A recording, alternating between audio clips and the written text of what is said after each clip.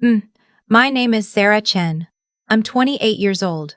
3 weeks ago, my father stood at the head of a table set for 40 people, his colleagues, his friends, his hospital board members, and raised a crystal glass to celebrate 30 years of marriage to my mother. He looked at my brother. He looked at my mother. He looked at everyone in that room. And then he said the words, "I will never unhear." I spent 30 years dreaming of the day both my children would wear white coats. Marcus gave me that dream. Sarah chose a different path. He smiled. A tight, practiced smile. The kind you give when you're trying to make something cruel sound like a compliment. My mother touched his arm gently, nodding. No one said anything. No one even glanced my way. I set down my fork very quietly. But what happened after that? They are still talking about it. Before we go any further, if this kind of story speaks to you, please take a moment to like and subscribe. Drop a comment and tell me where you're watching from and what time it is there. Now let me tell you how we got to that dinner table. My father, Dr. C. Raymond Chen, is a cardiologist at Memorial Cross Hospital. My mother, Dr. Linda Chen, runs the emergency department at the same building. They met in medical school, fell in love over cadavers and caffeine, and built a life around the certainty that medicine was the highest calling a person could answer. My brother Marcus is 31 and just finished his residency in internal medicine. He is everything they ever wanted. He has the white coat. He has the framed degrees. He has the handshake that makes my father's chest swell every time someone says, "Your son, the doctor." Then there is me. I went to culinary school. I still remember the afternoon I told him, sitting at our kitchen table with the acceptance letter from the New American Culinary Institute in my hands, trembling with something that felt like joy before it got complicated. My father looked at the letter the way you look at a parking ticket. "Cooking school," he said. Not a question. Just 2 words dropped like stones. My mother set down her coffee.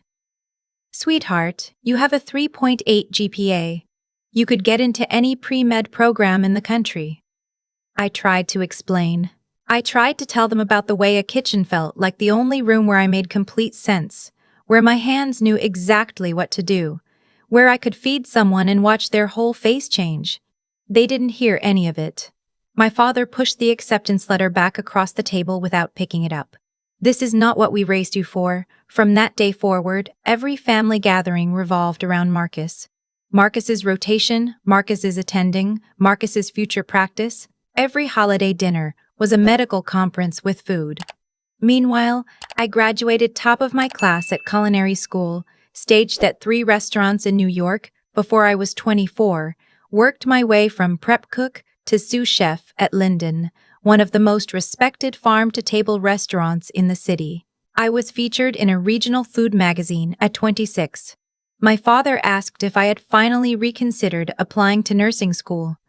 But there was one person in my family who never once made me feel small for the life I chose.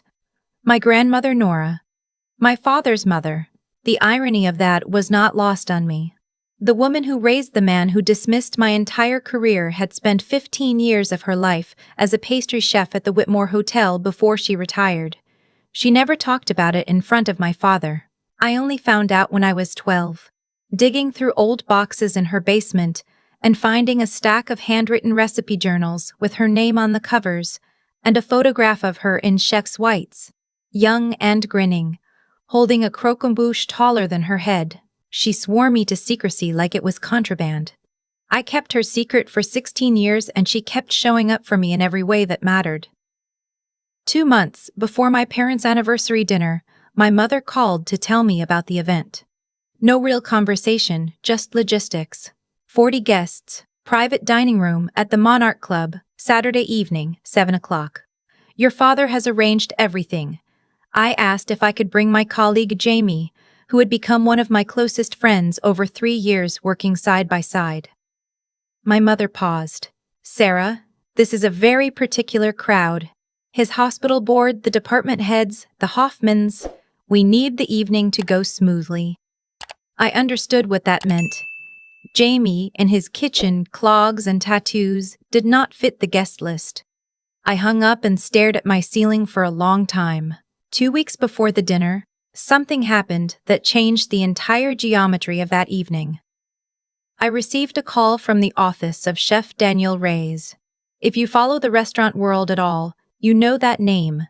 Daniel Reyes opened Ember and Salt 11 years ago in a converted warehouse downtown, earned his first Michelin star in the 3rd year, his second in the 6th, and has been on every best restaurants list in the country since.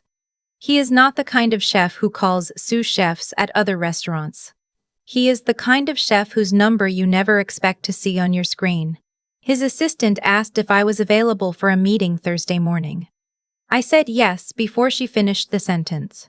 The meeting was in his test kitchen, which smelled like brown butter and wood smoke, and something I couldn't identify but immediately wanted to eat. Chef Reyes shook my hand, poured 2 coffees, and got directly to the point. He was opening a second restaurant the following spring. He had been watching my work at Linden for over a year. He had eaten there 3 times without telling anyone who he was. He wanted me to be his head chef. I sat very still for a moment. Then I asked him to repeat it. Head chef.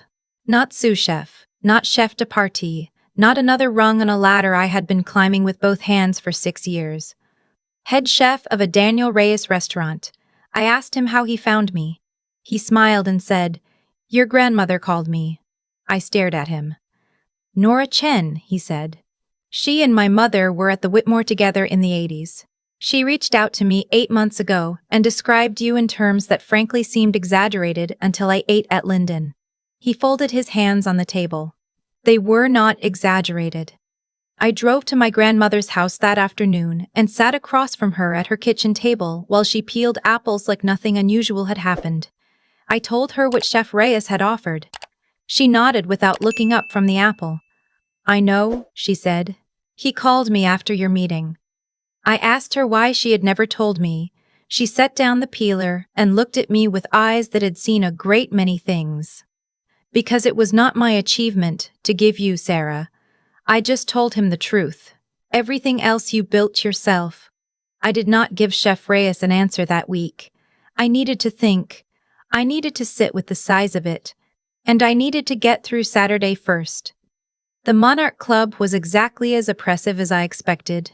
Vaulted ceilings, oil paintings of people who looked like they had never cooked their own meals, waitstaff moving like shadows through candlelight, 40 guests in their best clothes, the particular confident posture of people who spent their careers being deferred to. My father was at the door in his best suit, shaking hands, laughing his courtroom laugh, the performance he put on when the audience mattered. He saw me arrive. A brief nod. Then he turned back to the silver-haired man beside him. Dr. Hoffman, chief of cardiology, the man whose opinion my father collected like currency. My mother found me near the bar. "You look nice," she said, in the tone of someone who had expected less. "Your seat is at table 4. Table 4 was against the far wall, next to my father's hospital administrator and a distant aunt I had met twice. The head table, naturally, was for my parents, Marcus's girlfriend, and the Hoffmans. I watched to table 4 and read my name card and thought about every Sunday dinner I had swallowed quietly for 6 years. At 7:45, my grandmother walked in. She was 74 years old, and she walked into that room like she had reserved it. Navy dress, silver earrings, posture that made everyone else in the room look like they were slouching. My father's face did something complicated when he saw her. "Mother." His voice was careful. "I didn't know you were coming." "Of course you didn't," she said pleasantly. "You didn't invite me." Several heads turned. My father forced a smile for the benefit of Dr. Hoffman, standing 3 feet away. "Well, you're here now." "Yes," my grandmother said. "I am." She found me at table 4, hugged me for a long moment, and whispered in my ear, "I brought a friend. He sends his apologies for the late arrival." I pulled back to look at her. She smiled. "You'll see." Dinner was served. I ate my food and listened to the table around me discuss hospital politics and real estate and a golf tournament in March. Across the room, Marcus was charming the entire head table, laughing easily, touching his girlfriend's hand, being everything the evening was designed to celebrate. I watched my father watch him with an expression I had spent my whole life trying to earn from that face. After the main course, my father stood up and tapped his glass. The room went quiet the way rooms do when the most important person in it decides to speak. 30 years ago, he began, Linda said yes to a nervous med student who proposed in a hospital cafeteria with a ring he'd bought on a resident's salary. Warm laughter from the crowd. My mother covered her smile with her hand. My father was a gifted speaker. He always had been. He built to it the way a good surgeon approaches an incision. Deliberate, confident, knowing exactly where he was going. Linda and I built this life on a shared belief that medicine is not just a career, it is a calling, a purpose, and the greatest gift we ever gave was passing that belief to our children. He turned toward Marcus, his entire face changed. The practiced charm fell away and something genuine took its place, which somehow made it worse. Marcus has given us more pride than I know how to put into words. Watching him become the physician he is, that is everything we worked for. He raised his glass. Then he looked across the room. He found me. And his expression did not change the way a father's expression should when he looks at his daughter. It stayed exactly the same. Distant. Assessing. I spent 30 years dreaming of the day both my children would wear white coats, he said. Marcus gave me that dream. Sarah chose a different path. A small pause. A tight smile directed somewhere above my head. We celebrate what we have. He raised his glass. To 30 years, to family, and to the future. Everyone drank. I did not touch my glass. I heard it the way you hear something you have been half expecting for years, but hoped would never actually come. Not an explosion, a door closing, the particular quiet of a room where 40 people have just been told, in carefully wrapped language, that one of the children at the table was a disappointment. I saw Dr. Hoffman's wife glance at her husband. I saw 2 of the board members exchange a look. I sat very still and breathed very evenly and told myself I was not going to cry at table 4. My grandmother stood up. The room, which had begun to buzz and clink back to life, went quiet again. Raymond. Her voice was absolutely calm, the kind of calm that is much louder than shouting. I believe you left something out. My father's smile did not waver, but his jaw tightened. Mother, this isn't the time. You just gave a toast at your daughter's honor. This is exactly the time. She stepped away from table 4, moving toward the center of the room with the unhurried confidence of someone who had spent decades in professional kitchens and was not frightened by heat. You told this room that Marcus fulfilled your dream. You told them Sarah chose a different path. You did not tell them what that path actually looks like. This is a family matter, my mother said from the head table, her voice strained. You made it a public matter when you stood up and gave that toast, my grandmother said simply. She looked around the room. My granddaughter graduated at the top of her class. She trained in New York. She has spent 6 years building a career that most people in this industry don't reach in 20. And on the night this family gathers to celebrate, she is seated at the wall table and not mentioned once. She gestured toward the banner my mother had commissioned. Chen family, 30 years. No mention of anyone's name. No mention of what anyone had built. I have kept quiet in this family for a very long time, my grandmother continued. But I am 74 years old and I have run out of patience for watching this child be erased. My father's face had gone the particular red of a man who is not accustomed to being corrected. I appreciate your passion, but I'd ask you to sit down. In a moment, she said, and then the doors of the private dining room opened. A man walked in. He was in his mid-40s, dark hair going gray at the temples, the kind of easy authority that comes from running a kitchen for 2 decades. He was carrying a large envelope. He walked directly toward my table, as if he had been there before. And in a sense, I suppose he had, In every conversation my grandmother had about me, and every evaluation he had quietly gathered before he offered me his kitchen. "My apologies for the interruption," Chef Daniel Reyes said, in a voice that carried to every corner of the room without effort. "I was told this was an important evening for the Chen family. I wanted to be here for it." My father stepped forward. "I don't believe we've met." Chef Reyes did not look at him. He looked at me. "Miss Chen?" He extended his hand and I stood on legs that felt approximately made of paper and shook it. "It's good to see you." He turned to the room. The practiced ease of a man who had given interviews and speeches and toasts of his own. "I'll be brief. My name is Daniel Reyes. I operate Ember and Salt downtown. Some of you may know the restaurant." From the murmuring, several people did. "I'm here because I owe this young woman an answer in person." He opened the envelope. The letter inside had his restaurant's letterhead, the 2-star designation embossed at the top. "Sarah Chen has accepted the position of head chef at my new restaurant, opening this spring." He paused to let that settle.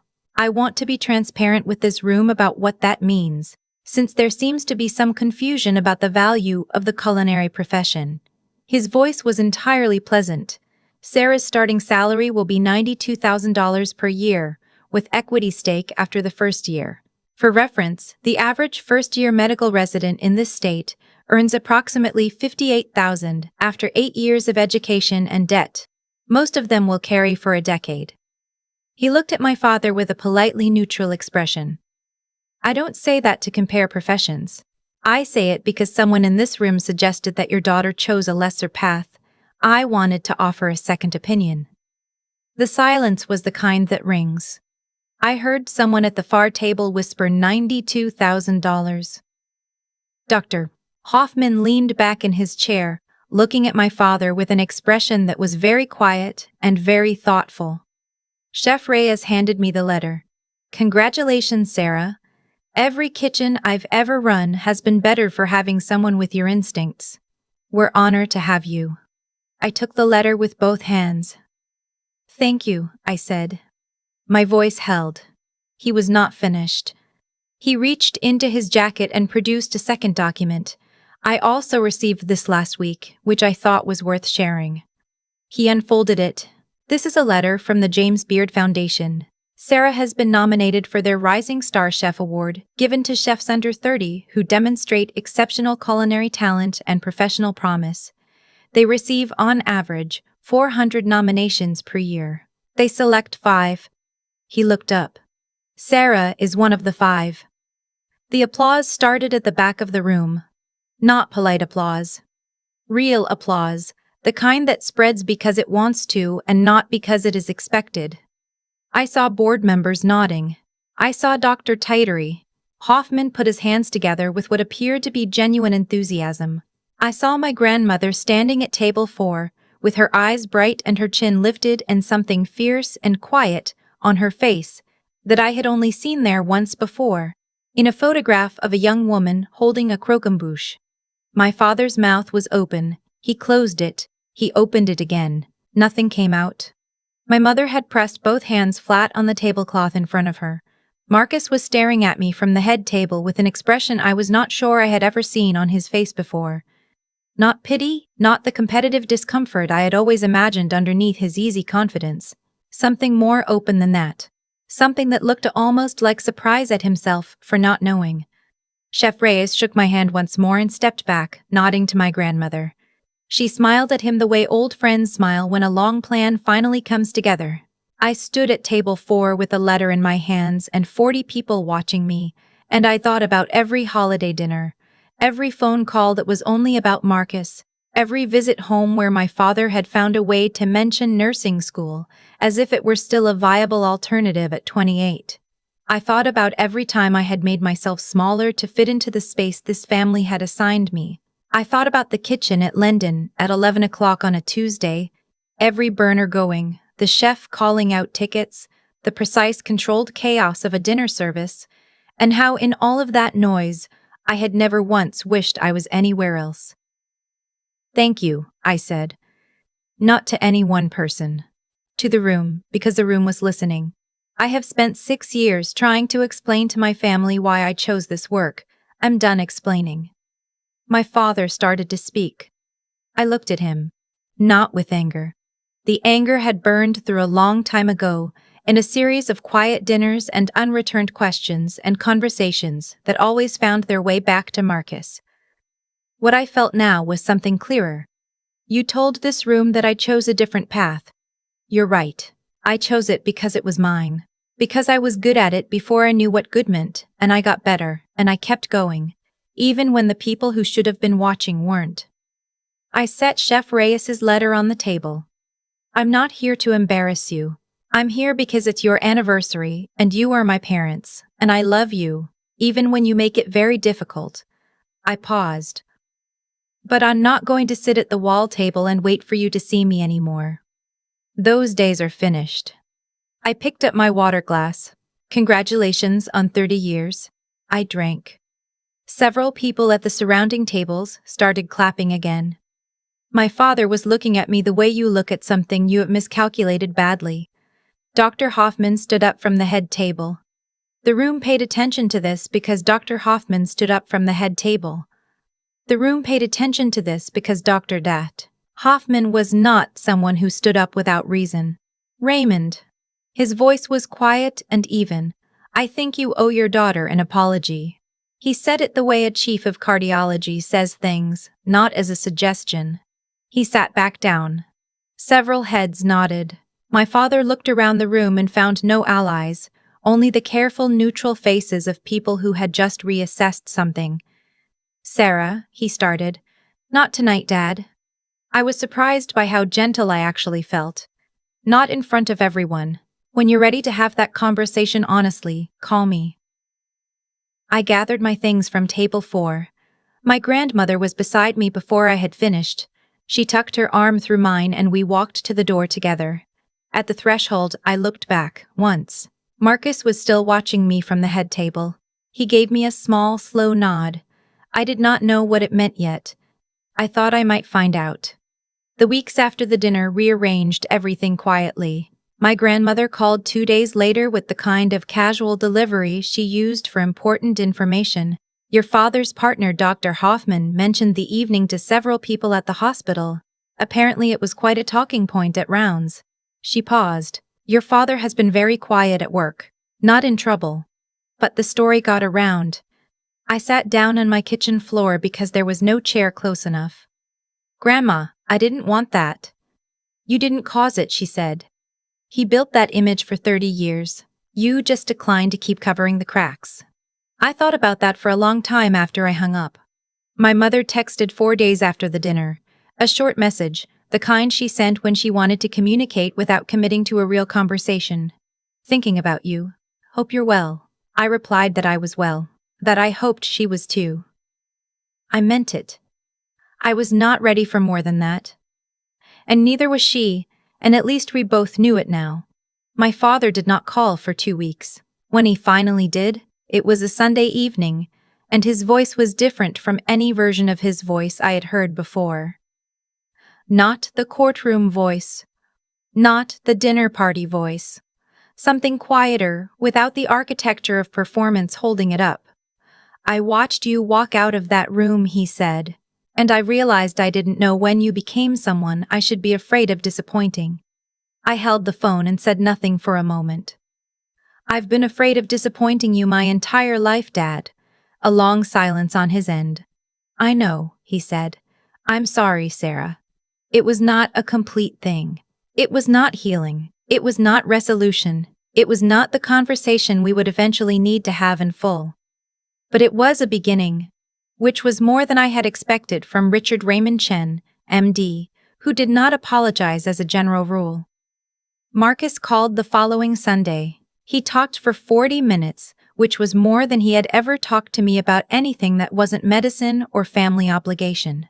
He asked about the new restaurant. He asked what I actually did as a head chef, what the daily structure looked like, what the hardest part was. He asked questions like someone who was genuinely curious and had simply never thought to be before. I didn't realize, he said at some point, quietly, how much of it I had just accepted as normal. You and me and the way things were. It was normal, I said. That was the problem. He was quiet. I want to come eat at the restaurant when it opens. I'll get you a table, I said. No wall seats. He laughed. It surprised us both. My first week at Ember and Salt was the best professional week of my life. The kitchen was everything I had imagined and more demanding than I had prepared for, which was exactly right. The way all great things are more than you imagined, and harder than you expected, and worth every bit of both. Chef Reyes was exacting and generous in alternating measure. He had a habit of asking why, after you described any decision, why that technique, why that temperature, why that combination? And the first time he asked me, I gave him a technical answer and he waited. Now tell me the real reason, he said. The real reason was that asparagus and brown butter smelled like my grandmother's kitchen on Sundays, and the first time I made that dish, I was 9 years old and I understood for the first time that food could carry a whole memory. He nodded. That's the reason. Put that in the dish. I had a small office off the kitchen where I developed menus and wrote prep lists, and sometimes sat for 10 minutes in the middle of a shift just to gather myself. On my second Thursday, I found a small package on the desk with no note, just a folded card inside with handwriting I recognized. My grandmother's recipes.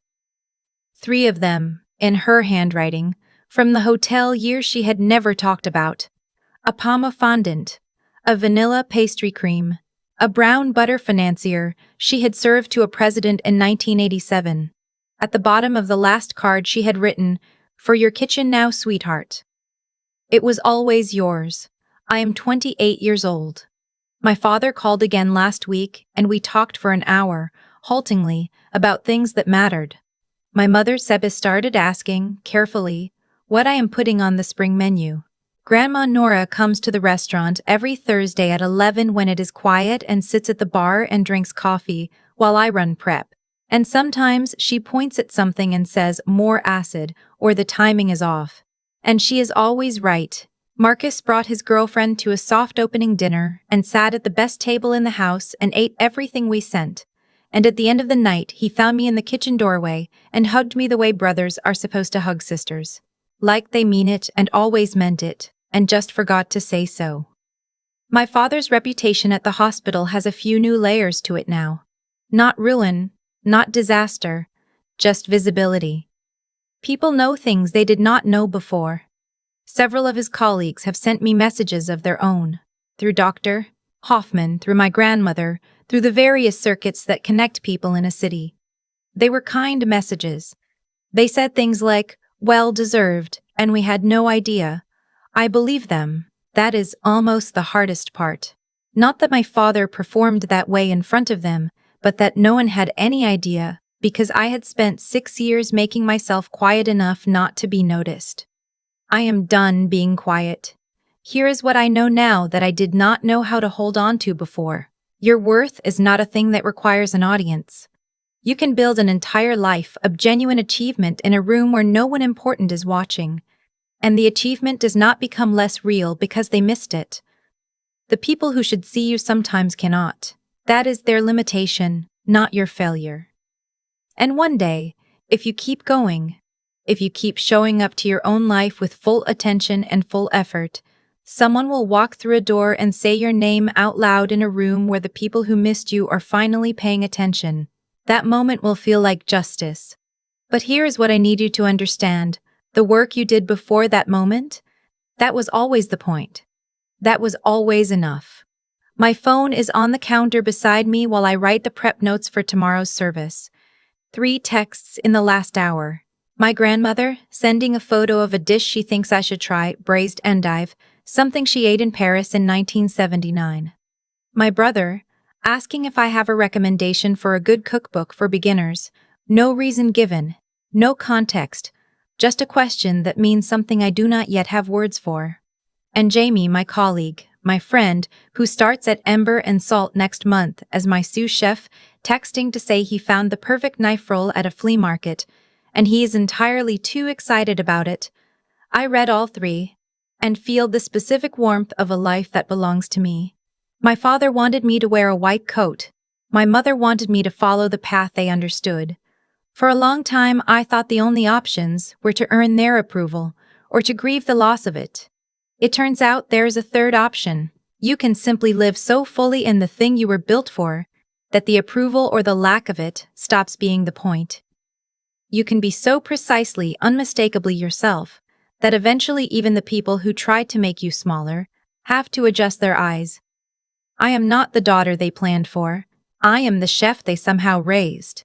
And tomorrow morning I will walk into the kitchen at Ember and Salt at 7 o'clock, and it will smell like wood smoke and brown butter and something still becoming, and I will be exactly where I am supposed to be. That is the only thing I needed to know. If this story resonated with you, if you have ever been the one at the back table, the one whose name did not make the banner, the one who kept building anyway, leave me a comment below. Tell me your story. And if you want more like this, subscribe to Quiet Drama Stories. I will see you in the next one. I have thought a lot about what actually happened at that dinner table. Not the dramatic version. Not the version where Chef Reyes walked in, and the room went silent and my father had nothing to say.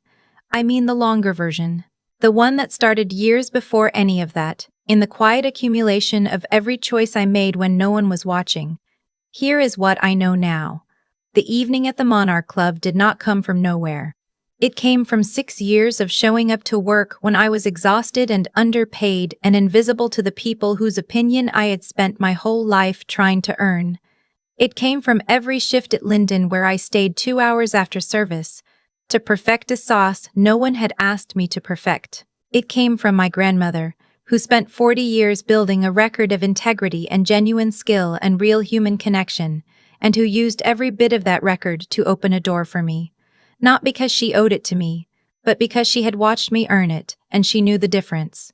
What I have come to understand is that the way we treat our work, when we think no one important is looking, is exactly what determines what happens when the room is finally full. My father built his entire life around the performance of success, around what his colleagues believed, around the image that sat at the head table, and the night that image cracked, it cracked in public, in front of the exact people he had spent 30 years impressing, because what you build on performance alone has no foundation underneath it. It will hold until it doesn't. I did not set out to expose him. I set out to keep cooking. That is the distinction that matters.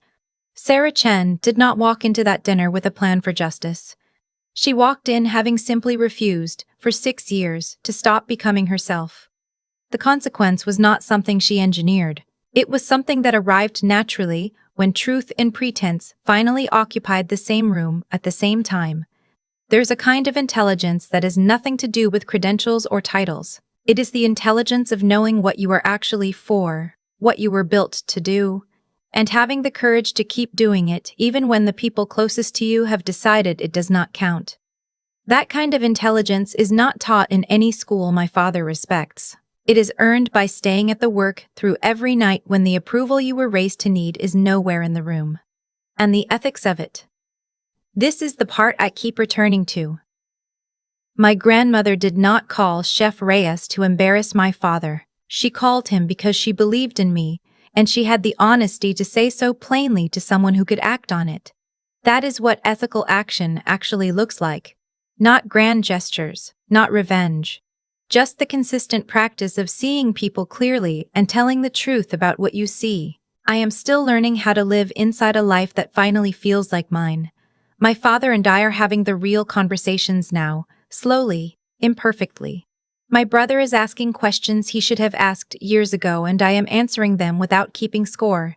None of this is clean or finished. But it is honest, and honest is the foundation that holds. You do not build a life worth living by waiting for the right people to finally recognize you. You build it by doing the work with full attention, full integrity, and the quiet, unshakable certainty that the work itself is the point. Everything else, the recognition, the room going silent, the letter with the embossed letterhead, that is just what eventually happens when you refuse to stop,